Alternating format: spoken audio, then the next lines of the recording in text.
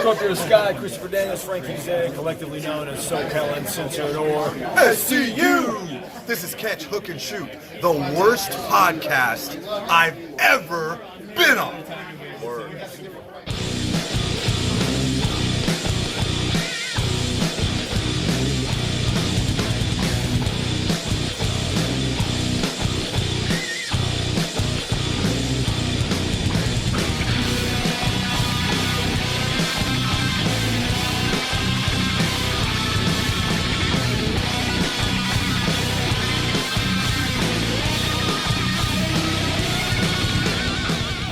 What's going on, everybody? Welcome to Catch, Hook, and Shoot, the best podcast you've never heard of. My name's Tom. I am your host. Today is Sunday, October the 25th, 2020. I want to thank everybody for listening, watching, and subscribing on YouTube, Podbean, Spotify, Apple Podcasts, or wherever you get your podcasts from.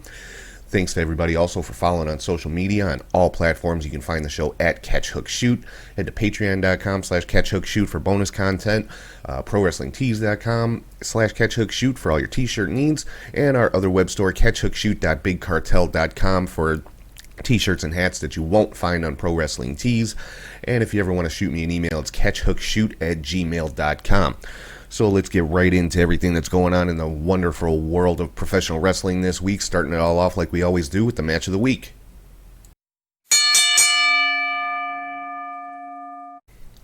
So the match of the week this week was actually kind of tough. There were quite a few really good matches this week, but the one for me that won the week, so to speak, was from AEW Dynamite, and I'm talking about Phoenix versus Penta L0. Or Pentagon, whatever you want to call them.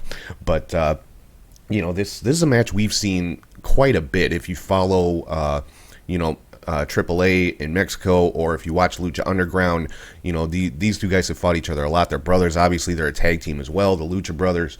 And, you are not going to find two better luchadors anywhere on the planet, short of like a Rey Mysterio. Other than that, these guys are it. So, put on a fantastic match. You'd expect nothing less from these guys. Had all the high-flying spots from Phoenix, and it was a great all-around match. So if you have not seen it yet, I definitely recommend you check it out. If you only watch one wrestling match this week, make it Phoenix versus Pentagon from AEW Dynamite this past Wednesday. So moving right along into the next segment of the show, my top three highlights of the week, and I'm talking about the 3 count. First up on the 3 count, Dark Side of the Ring has been officially renewed for a 3rd season coming in 2021, and Vice is not screwing around. They know they've got a gold mine here with Dark Side of the Ring. They've been renewed for 14 episodes for season 3, so I can't wait to see what they're going to cover in this season. I mean, there's still a lot of stuff out there. We've seen the Chris Benoit story. We've seen the Owen Hart story in season 2. We've seen the story about the Von Erichs from season 1, Bruiser Brody, the Road Warriors, and there's still so much other stuff out there that they can cover. So I can't wait to see what they're going to come up with for season 3. Second up on the 3 count, Chris Jericho and MJF with their Le Dinner Debonair from AEW. This past Wednesday. I mean, just honestly a hilarious segment between these two with the musical number and their just banter back and forth. These two guys have really good chemistry with each other. I can't wait to see them in the ring, because it's going to happen at some point. And I view this as kind of Chris Jericho passing on that mantle of the top heel in AEW, and MJF is definitely the guy to run with that. And I saw so many people criticizing this segment on social media.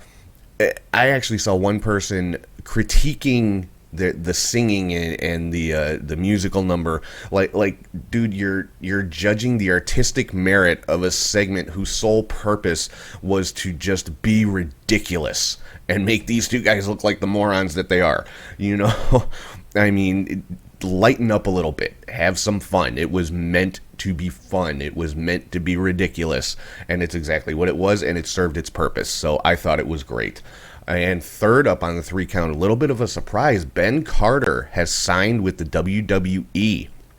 Now, if you're not familiar with Ben Carter, he's a star on the independent circuit. I've had the honor of calling a couple of his matches at Warrior Wrestling. He's made appearances on AEW Dark, and he's just an amazing, amazing young talent. And WWE has scooped him up, so hopefully they will do right by him. I'm sure he's going to end up in NXT once he starts with the company. So. I have no doubts that he's going to excel in NXT. My only worry is when and if he gets to Raw or SmackDown, because he's a smaller guy. He's a little undersized, but he's just a fantastic worker in the ring and does some amazing stuff. So Ben Carter signed with WWE, so congratulations to him. Moving into the news and rumors for the week, starting off with WWE Monday Night Raw, saw a segment right at the beginning with the Fiend, Retribution, and the Hurt Business. Now, I'm not sure what the purpose is of throwing the Fiend into this rivalry between the Hurt Business and Retribution, but it was a good segment. The Fiend and Alexa Bliss started off the show in the ring. Retribution came out. The Hurt Business came out. Ended up being an 8-man tag match, which the Hurt Business was victorious. And then the Fiend again showed up at the end of the match and just decimated Retribution. So, yeah, I'm not 100% sure where the Retribution storyline is going anymore, because they've yet to win a match, if I'm not mistaken. They've only had a couple, but so I guess still gotta pay attention and see what's gonna happen with Mustafa Ali and his Retribution faction. AJ Styles made his Raw re-debut with a new bodyguard. And now they did not say his name on commentary, but they did show it on the graphic when he was entering the ring. Jordan, I'm not going to try to pronounce his last name just because I don't want to butcher it. I don't want to be disrespectful like that. So we'll just call him Jordan for right now. But he was the guy who acted as the doorman for Raw Underground, the guy that Shane McMahon would always stop and talk to before he went into the fight area. And he also was the big giant ninja in Akira Tozawa's little crew that he had.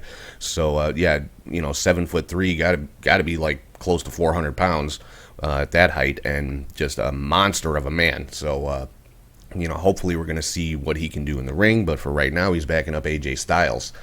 Asuka picked up a victory over Lana. This was the Raw Women's Championship match that Lana had earned by winning that Battle Royal. And, of course, Nia Jax and Shayna Baszler attacked at the end of that match, and that turned into a fatal four-way against the Riot Squad, Dana Brooke and Mandy Rose, and Peyton Royce and Lacey Evans. That's just an odd pairing to me. I thought the whole purpose of splitting up the Iconics was to, supposedly was to push Peyton Royce, but here she is back in another tag team. So, interesting. But Nia and Shayna were victorious in that fatal four-way. Had a little bit of a concert from Elias. Apparently he's got a new album dropping this week. And the whole point of that was Jeff Hardy attacked after his little mini concert was done, and the match was made for Hell in a Cell, which is coming up tonight with Elias versus Jeff Hardy. Saw a backstage segment with Titus O'Neil wanting to join the Hurt Business. Honestly, I think Titus would fit in well here, and I think it'd be a good thing for him, because seriously, when's the last time we saw Titus on TV or in a match? Don't see a whole lot of Titus at all, really. And I know he does a lot of stuff behind the scenes for WWE. Don't get me wrong. I know he's not just sitting idle. He does a lot of PR work for WWE and that kind of stuff. But I mean, Titus is a good wrestler, and he's got a great look. I would not mind seeing more of Titus on TV at all, and I think the Hurt Business would be a good fit for him. Unfortunately, he was turned down, and then he was beat down by the Hurt Business, so maybe that's going to be an ongoing story with Titus wanting to join up with them and having to prove himself, and who knows? Let's see where it goes. Then we had a tag team match. Tucker came out, confronted The Miz and John Morrison, and said he had a tag team partner to join him in a match, and it turned out to be a luchador by the name of El Gran Gordo, which was Otis in a mask. I mean, come on. It was what it was. It was a fun little segment, so, I got no complaints about it. Saw a new episode of the Firefly Funhouse where Alexa Bliss made her debut in the Funhouse, so I'm looking forward to see, this is my favorite storyline in WWE right now, and it's not even really a rivalry. It's just a story of Alexa and The Fiend and where this is going and the association between them. So I'm Really liking this one. And then we had another match between Braun Strowman and Keith Lee, which Strowman was victorious in this one by some underhanded tactics using a low blow, but Keith Lee did get his payback after the match, hit Strowman with a low blow of his own. So this is one that I'm sure is going to continue for quite a while, and I'm here for it. I'm liking the Strowman and Keith Lee rivalry. And then the closing segment on Raw was Randy Orton standing inside the Hell in a Cell and basically trash-talking Drew McIntyre. This brought McIntyre out from the back. And, just not even really a brawl. Just Orton had himself locked inside the cell and was taunting McIntyre. McIntyre had a pair of bolt cutters hidden at ringside, pulled him out, cut the lock, and got into the cell. But that's pretty much where it went off the air. There was no contact between the two. Moving on to NXT, Kushida picked up a victory in a great match against Tommaso Ciampa and Velveteen Dream, and this was another one that was a strong contender for match of the week. Just a great triple threat match between these three guys, but Kushida did come out on top. We were supposed to get a tag team championship match between Breezango and Bobby Fish and Roderick Strong from the Undisputed Era. Bobby Fish was attacked backstage by unknown assailants, quote unquote, and it ended up being Oney Lorcan and Danny Burch taking that tag team title match with the blessing of the Undisputed Era, apparently. And that happened a little bit later in the night. We'll get into that in a few. Austin Theory loses to... excuse me. Austin Theory loses to Bronson Reed twice, and it looked like he quit, just kind of walked out and got in his car and left. So I'm not quite sure where they're going with Austin Theory. I mean, he's been back and forth to he was on Raw for a little bit with as part of Seth Rollins' group, was one of his disciples, and then he was sent back to NXT. So I'm not sure where exactly they're going with Austin Theory. Casey Catanzaro picked up a victory over Xia Li, which this was, I'm curious as to what's going on with Xia Li. Like I said a couple of weeks ago, she had a match, lost that match, and at the end of that match, Boa came out, handed her an envelope, some type of letter inside. Last week, she went to William Regal, saying she had to have a match this week. Casey Catanzaro accepted that challenge, and Xia was saying, this is the most important match of her career. She has to win this match. She ended up losing, then attacked Casey Catanzaro afterwards, and then Raquel Gonzalez came out and attacked everybody. So, not 100% sure that this one's a little bit murky. I'm not sure exactly where this is going. We find out there's going to be a match at the Halloween Havoc event coming up this Wednesday. Cameron Grimes taking on Dexter Lumis in some type of haunted house match, some type of gimmick match. I'm sure it's probably going to be like one of those cinematic matches. So I'm cautiously optimistic on this one because NXT seems to do a pretty good job with these type of things. So should be interesting. And in that tag team title match, Oney Lorcan and Danny Burch have picked up their first championships in NXT. They are the new NXT Tag Team Champions. However, they had a little bit of help from Pat McAfee, of all people. And, so now it all starts to make sense with Adam Cole being attacked by Ridge Holland at the last NXT TakeOver. And now, it turns out that Pat McAfee is the one that's behind this. So I don't know if he's going to act as like a manager or what it's going to be, but he is aligned with Lorcan and Burch, and I would assume Ridge Holland as well. And that's a good little crew you've got there. Oney Lorcan, Danny Burch, and Ridge Holland. You're talking about three no-nonsense, just smash-mouth, fantastic wrestlers. And, I would say take it a step further, add Timothy Thatcher to that mix, because he's really not doing too much except for his little Thatch Can segments. So, but yeah, I'm liking this little crew that Pat McAfee has put together so far. So I'm, these could be the guys to kind of take the place of Undisputed Era. Not that I think Undisputed Era is going anywhere, but to take those top spots from Undisputed Era. At least that's what it looks like they're trying to do. Moving on to SmackDown, Lars Sullivan just decimated Shorty G in a match, and then after the match, Shorty G gets on the mic and says he quits. And then after the commercial break, we see Shorty G backstage with Adam Pearce saying he quits being Shorty G. He doesn't want to be Shorty G anymore. He's going back to being Chad Gable, which that I like. I never liked the Shorty G gimmick or name or anything. So seeing him go back to being Chad Gable, Chad Gable is a world class wrestler. The guy's an Olympian for God's sake. So let him go out there and just be Chad Gable. So I got no problem with that at all. Bayley finally signed the contract to face Sasha Banks at Hell in a Cell with a little bit of prodding from Sasha, putting Bayley's neck in a chair and standing on it until she signed it. So we will get that match tonight. Seth Rollins picked up a victory against Buddy Murphy, and so apparently Murphy is no longer his disciple. Murphy's trying to get in the good graces of the Mysterio family. And at the end of that match, of course, Murphy caught a pretty good beatdown from Rollins until Elias Mysterio came out to try to protect him. And Dominic came out to try to protect Elias. Dominic ended up catching a couple of whacks with a kendo stick until Rey Mysterio came down with a chair. So this isn't going away anytime soon. I like the rivalry between Rey and Seth, and as a way to get Dominic into the WWE, I'm all for that. I'm not sure how I feel about the whole Elias Buddy Murphy thing. I don't know. It just seemed to come out of left field, really. So, but it is what it is. And then we had at the end of the show, we had Roman Reigns inside the ring. Supposed to be telling Jey Uso what the consequences will be of their Hell in a Cell match, and we ended up seeing who we thought was Jey Uso on the big screen in the back in Roman's little private dressing room with all of his little amenities back there, but it turned out to be Jimmy Uso just creating a distraction while Jey Uso snuck in from behind and took out Roman.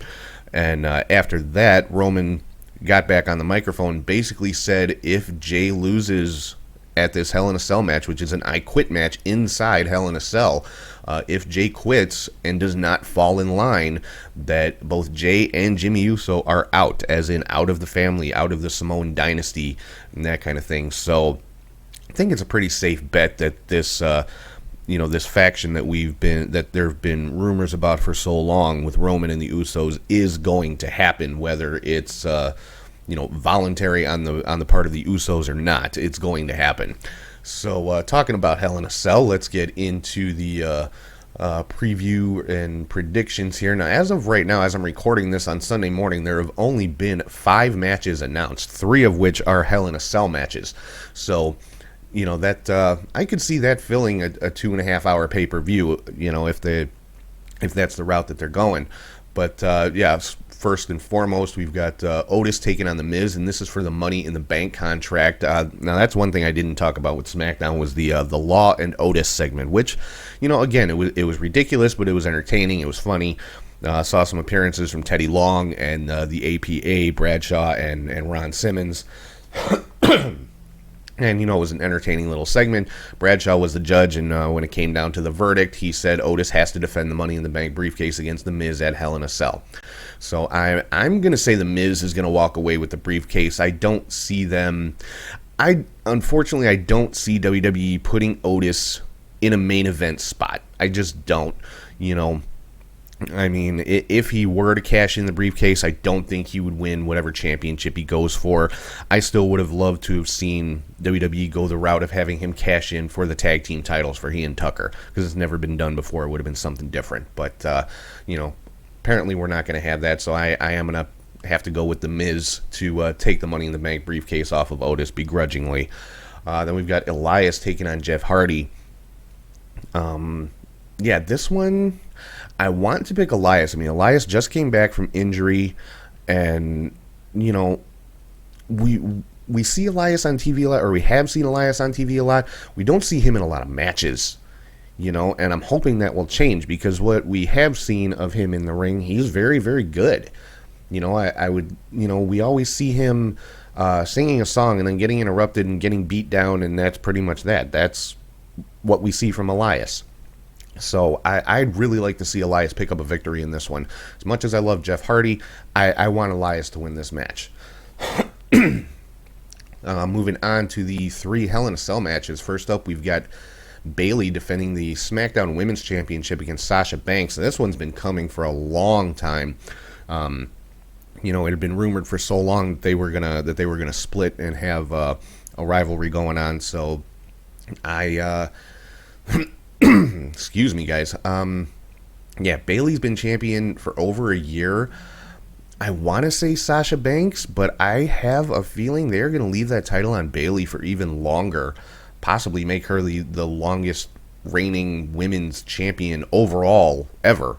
And I got no problem with that. I'm a fan of Bayley, you know, so yeah, I'm gonna have to pick Bayley on this one. I just have a feeling they're gonna leave that title on her a little bit longer. Next up, we've got Drew McIntyre defending the WWE Championship against Randy Orton. I don't see them taking the title off of McIntyre. This is the third or fourth match he's had with Orton. You know, I gotta go with McIntyre in this one. And then in what I assume would be the main event of the show, Roman Reigns defending the Universal Championship against Jey Uso in an I Quit match inside Hell in a Cell. And I just talked about that a few minutes ago. I'm definitely picking Roman Reigns in this one. We saw last week on SmackDown the submission hold that he used to defeat Braun Strowman, the guillotine choke. So I'm guessing that's going to be a regular part of Roman's repertoire at this point. So, you know, I'm picking Roman Reigns to pick up the victory over Jey Uso in the I Quit match. Moving on to AEW, they started off their World Title Eliminator Tournament this week to determine the next challenger for the AEW World Title. And the entire first round took place this week on Dynamite. We had Wardlow defeating Jungle Boy in a great match. Another one that was a contender for Match of the Week. But yeah, this one was hard for me because I'm a big fan of Wardlow, as you guys know, but I'm also a big fan of Jungle Boy. So I wish these guys would have met later in the tournament. But, yeah, it was a great match anyway. Wardlow picked up the victory in that one. Kenny Omega was supposed to be taking on Joey Janela, but Joey pulled himself from the tournament because he had come in close contact with somebody who has the COVID-19 virus. So he pulled himself out, was replaced by his tag team partner, Sonny Kiss. And Kenny Omega defeated Sonny Kiss in under 30 seconds, hit him with the V-trigger and then the One-Winged Angel, and that was pretty much it. And it looks like we are seeing the reemergence of the cleaner Kenny Omega, just based off of his entrance, his attitude, and the way that he won that match. So, yeah, Kenny Omega, like I said, under 30 seconds, defeated Sonny Kiss. We had that match between Phoenix and Pentagon that I talked about. Phoenix was victorious in that match, but he was injured during the course of that match. So Pentagon is actually going to take his spot in the tournament. So he will take on Kenny Omega next week. So Kenny Omega versus Pentagon. Hey, I got no issue with that. Hangman Page defeated Colt Cabana. I don't think that was a surprise to anyone, so we'll also see next week in the semifinals, Hangman Page versus Wardlow. I can't wait for that one. But I'm pretty sure the finals are going to come down to Kenny Omega and Hangman Page. Honestly, I would love to see it come down to Kenny Omega and Wardlow, but Omega and Page, this is something that's been building for a long time since they've been tag team partners. So, yeah, I'm looking for Kenny Omega to defeat Pentagon, which will probably be the match of the week next week, and Hangman Page to pick up the victory over Wardlow, which, again, I would say is a contender for match of the week as well. We found out at Full Gear we're going to see another match between Jon Moxley and Eddie Kingston for the AEW World Title, and this is going to be an I Quit match between these two.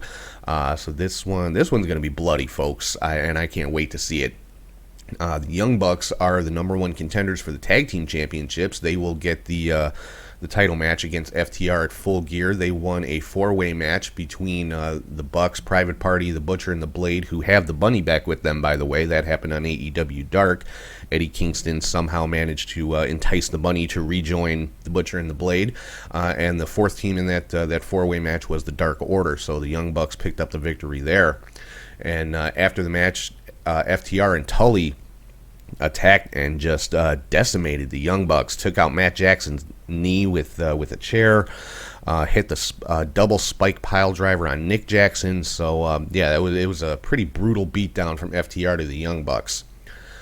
Moving on to Impact, they had their Bound for Glory pay-per-view last night, and we saw a couple of returns in the Call Your Shot Gauntlet match. James Storm apparently is back in Impact Wrestling. I don't know if this was just a one-off appearance or if he is actually back. Also, Sean Daivari was a part of that match. Unfortunately, during that match, Heath Slater, Heath Miller, whatever you want to call him, was apparently injured. But the match was won by Rhino, so Rhino gets a championship match of his choice, and Heath Slater gets his Impact contract. So, good on them. Then we had a tag team match. The Deaners picked up a victory over the Rascals, Dez and Wentz. Rohit Raju retained the X Division Championship in a six-way scramble match against Chris Bay, Jordan Grace, TJP, Trey Miguel, and Willie Mack. Moose defeated EC3 to retain, I guess, the TNA World Heavyweight Championship. Ken Shamrock was victorious over Eddie Edwards by submission. The North are the new Impact World Tag Team Champions, defeated the Motor City Machine Guns, the Good Brothers, and Ace Austin and Madman Fulton in a four-way match. Su Yung is the new Knockouts champion. She defeated Deonna Purrazzo. Now, I'm not sure exactly what happened here. It was supposed to be Kylie Ray taking on Deonna Purrazzo for the Impact title. Kylie Ray did not show up. From what I saw, was not, I have no idea what's going on with Kylie Ray. Did Su Yung take her out? Like, did Susie revert back to Su Yung and just go crazy and take out Kylie Ray? Or was Kylie legitimately not able to be there? I'll definitely keep an eye on this and find out what's what and what's going on. And then we've got a new Impact World Champion. Rich Swann defeated Eric Young for the Impact World Championship. A little bit of NWA news. We've got a new NWA World TV Champion in the Pope, D'Angelo Dinero, or Elijah Burke, whatever you want to call him. Elijah Burke is what he was known as in WWE. The Pope character, of course, started off in Impact and has been in OVW and is now part of the NWA and is now your television champion. So congratulations to the Pope. So that's going to do it for news and rumors for the week. So right now I'm going to toss it over to Charlie G, and he is here with your Indie Cut.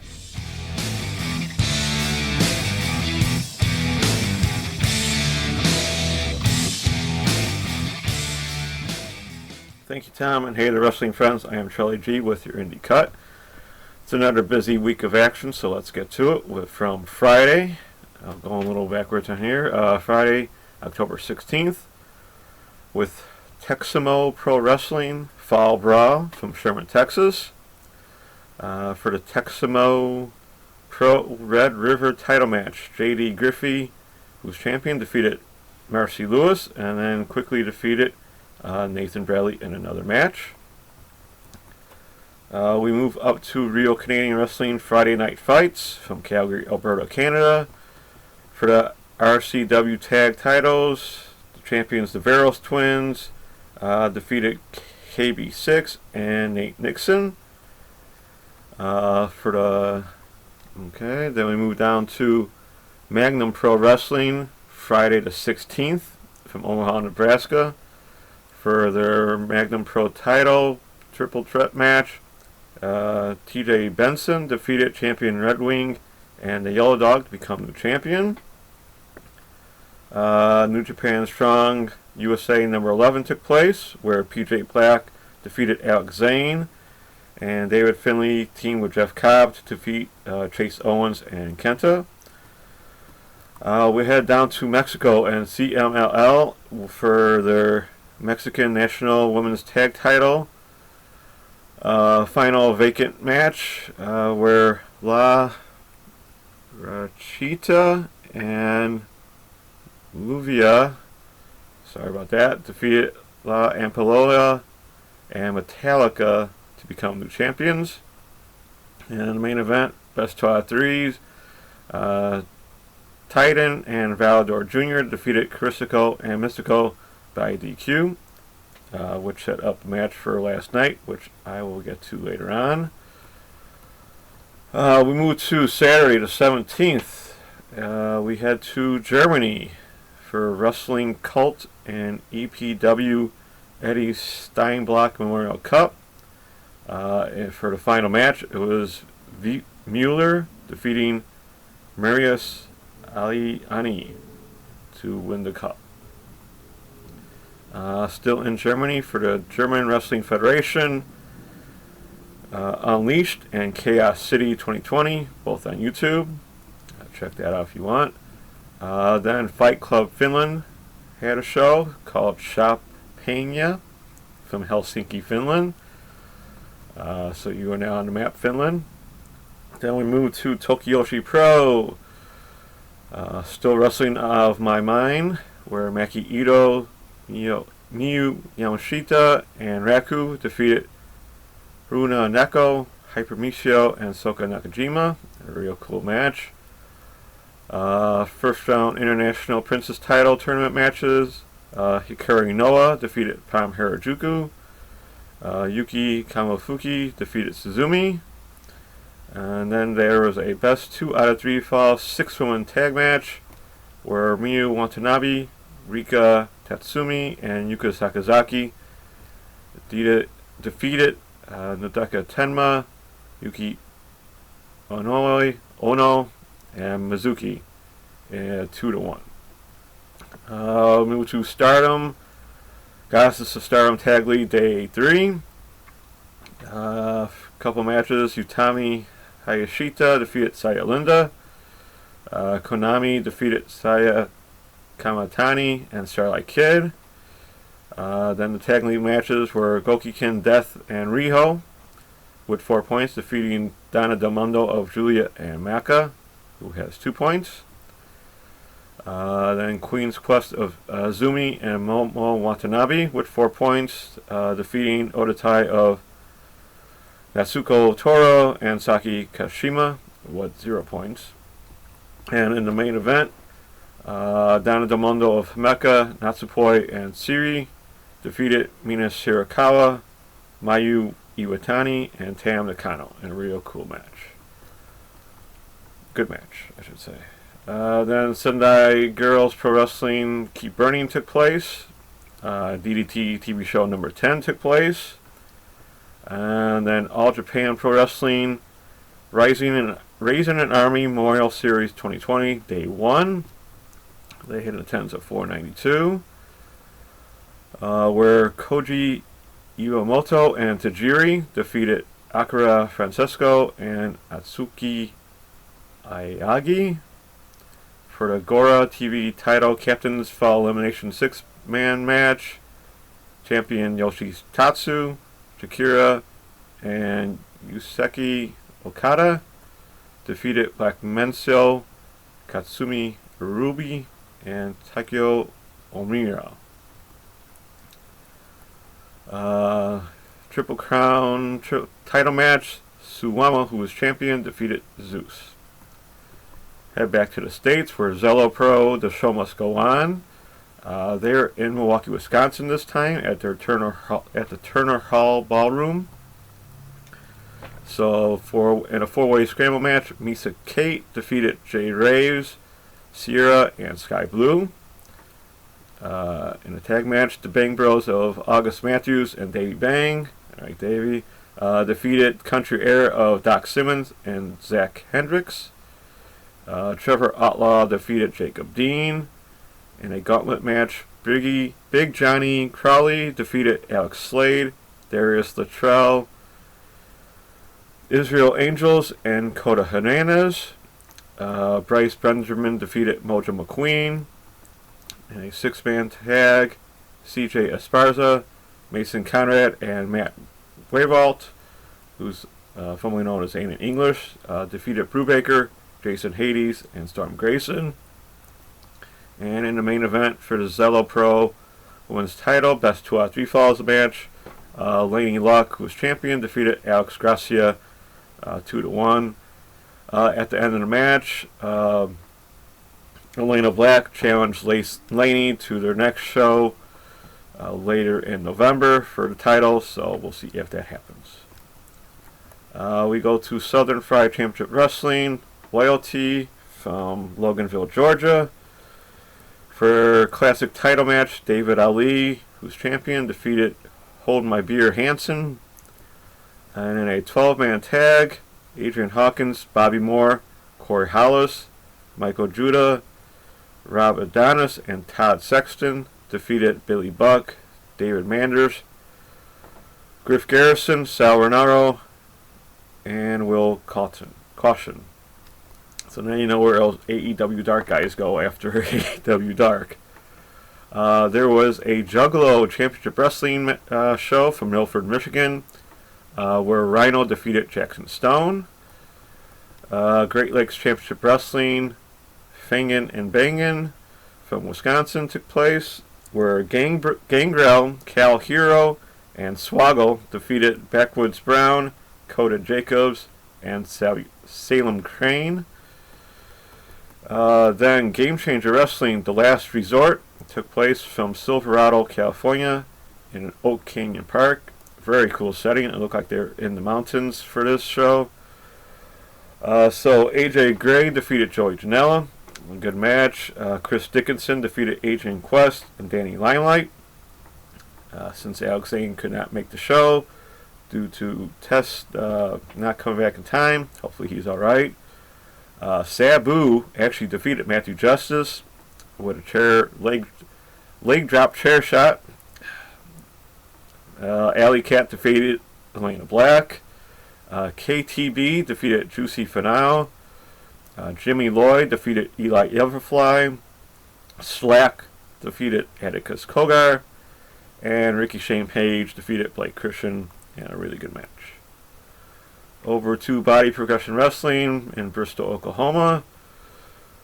For the 365 title, vacant six-way match, JJ Heffley defeated Bobby Joe Bristow, El Gringo Loco, Elijah Sparks, Trash, and Ern Stokes to become new champion. Soon thereafter, El Gringo Loco defeated JJ Heffley. And then quickly after that, Jerry Storm defeated El Gringo Loco to become new champion to end the night. We head up to Real Canadian Wrestling Saturday Night Fights from Edmonton, Alberta, Canada. For their tag titles, the Wrecking Crew of Dean Richter and Shane Martins defeated champions the Veros Twins to become new champions. Then on to Sunday, October 18th. Stardom's Goddesses Day 4. Tag league match was Queen's Quest of Azumi and Momo Watanabe with 6 points, defeating Queen's Quest of Saya Kamatani and Utami Hayashita, who have 1 point. There was also an 8-women's tag match of Julia, Maka, Natsupoi, and Siri against B. Priestley, Konami, Natsuka Tora, and Saki Kosima to a 20-minute time limit draw, and a very good match. Then for the World of Stardom title, champion Mayu Iwatani defeated Marvelous's Tukima Aroa in a real good match. So check that out if you can. Pure J Fight Together took place with a 10 of 120. Pro Wrestling Noah Muhammad Onoi 25th anniversary show. And of course, he was in a tag match. Akitasho Saito and Maso Inoi defeated Alexander Atsuka and Muhammad Onoi. So he can't win his own show. Sorry, buddy. Then New Japan Day Climax G1 Day 19, the final day took place, where you might have heard Kota Ibushi defeated Sonata in 35 minutes in a really good match between these guys. I was hoping Sonata would win, but you can't win them all, and Kota Ibushi is now back-to-back G1 Climax champion, where he'll probably go after Naito's heavyweight title and not the Intercontinental title from what I'm hearing. So we'll see how that goes. Freedom's June Kasi Protos Bloody Halloween show took place, if you like that. Then Italian Wrestling Association Future of Wrestling Sunday Night number 2 took place from Lazio, Italy. So you are now on the map. We head back to the States for Asylum Wrestling Revolution in Indianapolis, Indiana. In a revolutionary title 4-way pumpkin death match. Love to see this. Josh Crane defeated Cole Radrick, Dale Patricks, and Joseph Swartz to become the champion. For their women's title, vacant title street fight, Charlie Cruel defeated Mickey Knuckles to become the champion. Then for their heavyweight title in a dog collar match of all things, Justin Kyle defeated Neil Diamond Cutter. Had to put that in there. I like that guy's name. Then Lucha Libre Total Chicago from Berwyn, Illinois at their Eagles Club. So Chris Coyote and Cypher defeated Bronco Braxton and Cody James. For Chicago Style Wrestling's women's title, champion Sky Blue defeated Misa Kate. So they took their battle from Zello Pro to Berwyn, and Sky Blue came on top on that. Good for her. And then for the IWRG Intercontinental Tag Title, Best 2 out of 3 Falls match, champions Bryce Benjamin and Marche Roquette defeated This Joker Jr. and Ray Tridon. On to Monday, October 19th, Dragon Gate, the Gate of Victory, Day 11 took place. Tuesday, October 20th, Sealing Sinkaba Night took place, where Sari and Yoshihiko defeated Aja Kong and Honori Hana. Actress Girls in Osaka took place. Coastal Championship Wrestling from Fort Lauderdale, Florida.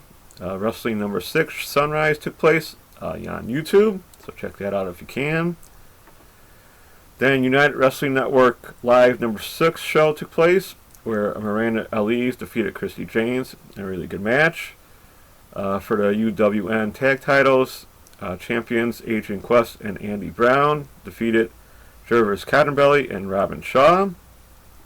And then for the NWA television title, the Pope, Elijah Burke, defeated Ziggy Dice, who was champion, and he became the champion. The Pope was actually attacked beforehand by Ziggy, and Ziggy just beat him up, and Elijah came back, still won the match. It was a really good match, and I'm glad he won. So congrats to him. OVW TV 1106 took place, also on Tuesday, so check that out on YouTube when you can. October 21st, Wednesday, DDT Dramatic Dreams Volume 7 took place. Back here in the States, Limitless The Road is back, Season 2 with number 1 show. Ashley Vox defeated Basic Becca, and Christian Casanova defeated Rick Bison. Then the IWTV The Masked Wrestler show number 2 took place. This is still kind of interesting to me to have 2 masked wrestlers that you don't know and 3 people trying to guess who they are. So it's still kind of cool to me. Where Skid, we don't know who he is, defeated Falcor, who turned out to be KTV. And even he doesn't know who Skid is. So it should be interesting going forward. Thursday, October 22nd, Ice Ribbons 1076 from in 176 box with attendance of 230 in a fantastic Ice title give up only match. Champion Risa Serra defeated Matsuya Uno. Then in a Wrestling in Japan freelance show, Gleet version 0, Kaz Hayashi defeated Nasuwa Rangol. In a UWF rules match, Siri, of Stardom, defeated Yu by referee's decision. Nice to see her win some matches outside of Stardom. Then Friday, October 23rd, 01 20th Autumn Flame Festival Day 7 took place. A-block match of Yuji Hino with 20 points defeated Tawa Iwasaki, who has 3 points. You didn't know who was going to win that match. In another A block match, Quiet Storm, who has 15 points, defeated T-Hawk, who has 19. So a little upset there. In a B block match, Masato Tanaka, who has 18 points, defeated Tamiro Hayata. Oh no, they went to a time limit draw, and Hayata has 17 points. My bad. Then New Japan Road to Power Struggle 2020, Day 1 took place. They had a never openweight 6-man tag match where it's Chaos of Hiroki Goto, Tomohiro Ishii, and Yoshihashi, who are champions. They defeated Suzuki Gun of Toki, Taichi, and Zack Sabre Jr. And at the end of the match, it looked like Yoshihashi challenged Taichi and Zack Sabre Jr. for their tag titles. So we'll see how that comes out. Then New Japan USA Strong number 12 took place. Fred Rosser defeated Clark Connors. Carl Fredericks defeated ACH. A bit of an upset in my eyes. Gorillas of Destiny of Tamatanga and Tangaloa defeated Brody King and Flip Gordon. And then Jay White defeated Rocky Romero in a really good match. As that was going on, CML took place, and champions Christico and Mystico Jr., or Christico Jr. and Mystico, sorry about that, defeated Titan and Volador Jr. 2-1. And at the end of the match, it looked like Volador got his nose busted or broken, so the match kind of ended a little quicker than probably possible. So hopefully that replay is out on YouTube soon, because that was a really good match between those four. Then to earlier today on October 24th on Saturday, Pro Wrestling Wave Kabukicho Weekender took place.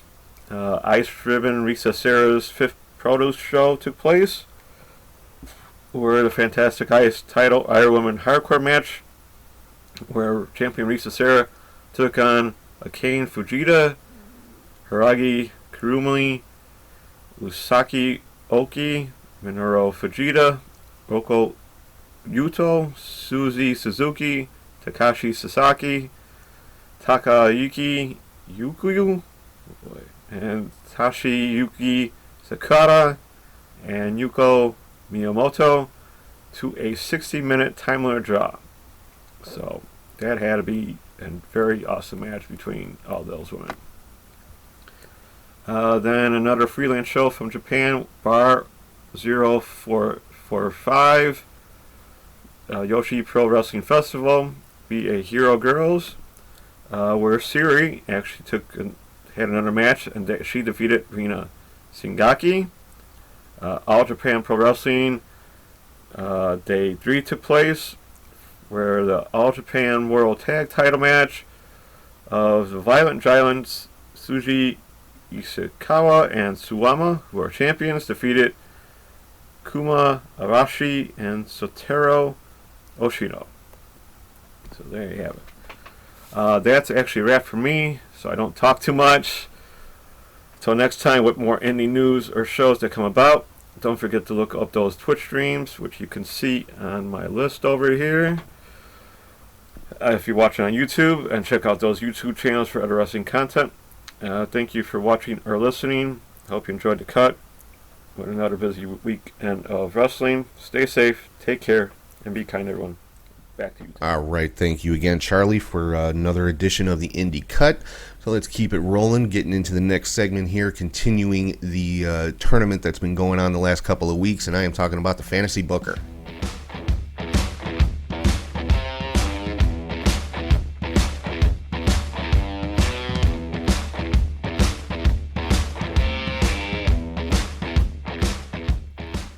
All right, so we got another first round matchup in the CHS faction tournament that's been going on here, and this week I think is a pretty good matchup. Two of my favorite factions in pro wrestling, and it's the Dangerous Alliance, consisting of Arn Anderson, Bobby Eaton, Larry Zbyszko, Steve Austin, and Rick Rude, against the Triple Threat from ECW. And the version of the Triple Threat that I am going with in this case is Shane Douglas, Chris Candido, and Bam Bam Bigelow. For me, that was the best version of the Triple Threat. Now, of course, I could have thrown Rick Rude in there as well, just to make it interesting to have him on both sides. But this was my favorite version of the triple threat, and what I think was the best version for that particular faction. And just look at the talent on both sides. The Dangerous Alliance could have been the greatest faction in the history of wrestling. You just look at the names there. I mean, Steve Austin before he was Stone Cold, obviously, but Arn Anderson, Bobby Eaton, Larry Zbyszko, three of the best in-ring competitors ever. I mean, ever. Bobby Eaton, probably the greatest tag team wrestler ever. Anderson and Zbyszko as a tag team, known as the Enforcers, were just amazing in the ring. Then you've got Rick Rude, legit main eventer, top heel guy in both WCW and WWF back in the day. I mean, it's just the only reason the Dangerous Alliance never got to that top tier level is because they were so much in the shadow of the Four Horsemen. Because that was always, the Four Horsemen were always the NWA's top dogs. And at this point in time, there was no version of the Four Horsemen around. And I think that's what everybody kept comparing or wanting to compare the Dangerous Alliance to, so they just could never get out of that Horseman shadow. But you look at the talent: Arn Anderson, Bobby Eaton, Larry Zbyszko, Steve Austin, and Rick Rude. That could have been the greatest faction in the history of wrestling. And then on the other side, the triple threat: Shane Douglas, always top guy in ECW; Chris Candido, again, another phenomenal in-ring performer; Bam Bam Bigelow, arguably the best big man, or the most agile big man at the very least, ever in pro wrestling. And, it's hard to pick one over the other, but I kind of had to in this case. And I got to go with the Dangerous Alliance, just because, like I said, what could have been with these guys. I mean, yes, Triple Threat was at the top of ECW for a long time. Dangerous Alliance, they held a number of titles during their run, but like I said, just never got to that next level, and I honestly believe it's because they were never able to get out from under the shadow of the Four Horsemen. But I have to go with the Dangerous Alliance in this case, moving on to the next round in the CHS Faction Tournament. So let's get into my final segment here, where I talk about maybe a little bit of an unpopular opinion, and I am talking about the weekly hot take.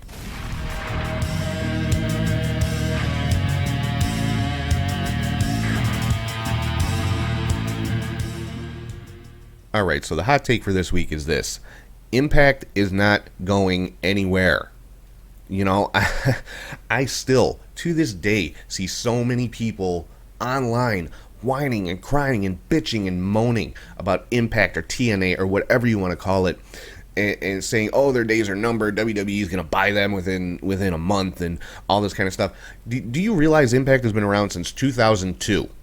Okay, 18 years. Impact has been around. That is no small feat. They've been through management changes. They've been through format changes. They've been through more TV stations than I could count. They've been through 6-sided rings, 4-sided rings. I mean, it's crazy all the stuff that's gone on with Impact, and they're still here. They may not be the number 2 wrestling company in the world anymore, or in the U.S., I should say. That spot now belongs to AEW. But that's because of 2 things. Number 1, AEW's got more financial backing, and they're on a bigger TV station. So that's basically the reason that AEW took that number 2 spot.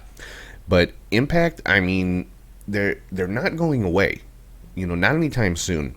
And Impact honestly has some of the best in-ring product right now on TV. They really do. If you haven't checked them out recently, and I've said this before, give them another shot, because Impact is putting out some great product right now. And Impact has their bread and butter has always been the X Division, which is still going strong. I'm liking their current X Division crop of talent, and I dare say right now Impact has the strongest women's division in wrestling. And the knockouts, the Impact women's roster, they're no joke. I mean, Deonna Purrazzo, Su Yung, Kylie Ray, Jordan Grace, Kimber Lee, Havoc, Nevaeh. Kiera Hogan, Tasha Steelz. I mean, come on, that is a kick-ass women's roster, you know. So yeah, for everybody who has been saying for nearly 20 years, oh, Impact's, you know, flash in the pan, they're going to be gone in a week. Well, you know, this is the longest week in the history of weeks, guys, because it's been going on for 18 years. So, you know, for all the Impact haters, hey, get over it. If you don't like Impact, that's fine. Then don't watch it. I don't get you people. But it is what it is. People are, you know, going to complain. It doesn't matter what it is. Somebody's going to find a reason to complain about it. So, but yeah, sorry to disappoint all you Impact haters out there, but they're not going anywhere anytime soon. So that is going to wrap things up for this week.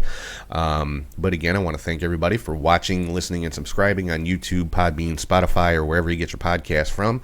Make sure you're following on social media on all platforms. You can find the show at catchhookshoot. Head to ProWrestlingTees.com/catchhookshoot for your t-shirts. Catchhookshoot.bigcartel.com for t-shirts and hats that you won't find on Pro Wrestling Tees. Patreon.com/catchhookshoot for bonus content, which will be up sooner or later, I swear. And you can email me at catchhookshoot@gmail.com. So for right now, I am going to sign off. Hope everybody enjoys Hell in a Cell tonight and all the other great wrestling that's going to be coming up this week. I hope everybody has a great week, and I will talk to you guys soon.